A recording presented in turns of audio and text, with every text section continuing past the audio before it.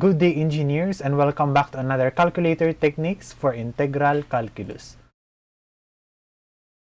So for today, we will be dealing with the indefinite integral. So this is an extended version of the calculator technique for the indefinite integral.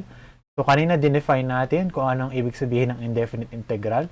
So for this video, ipapakita ko sa inyo isa pang technique sa pagkuha ng indefinite integral. Okay? So for this one, nasan yung pen? Okay. Ito, gagawa natin ng dalawang limits.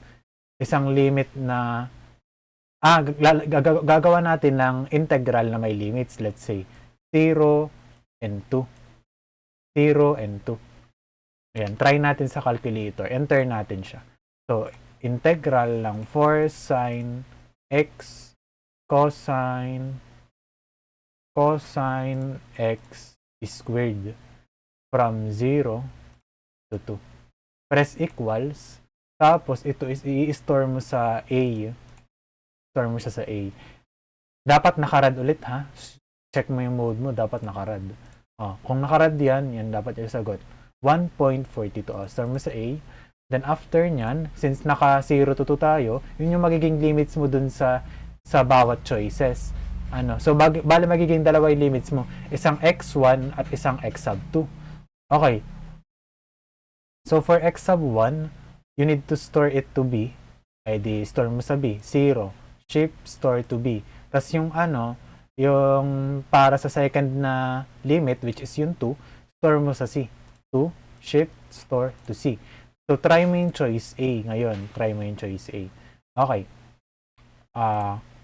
4 cosine, sa halip na x, ang ilalagay mo ay b. Kasi yun yung sa halip na x, ang ilalagay mo ay c. Kasi ima-minus mo yun, di ba? Dun sa formula ng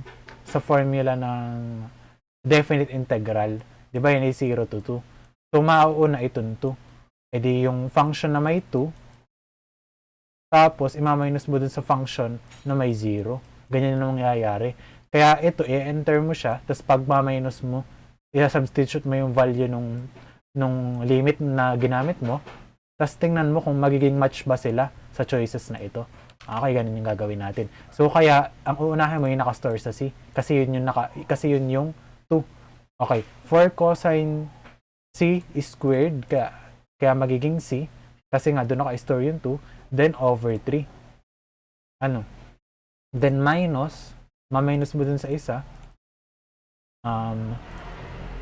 negative 4 cosine B. Sabi kasi nakastore. Tapos squared. Cube. Cube pala siya, sorry. Baguhin natin to. Gawin natin tong cube. Okay? Hindi pala siya squared. Sorry. Cube. Okay, naka-cube na. Tapos over 3. Press equals.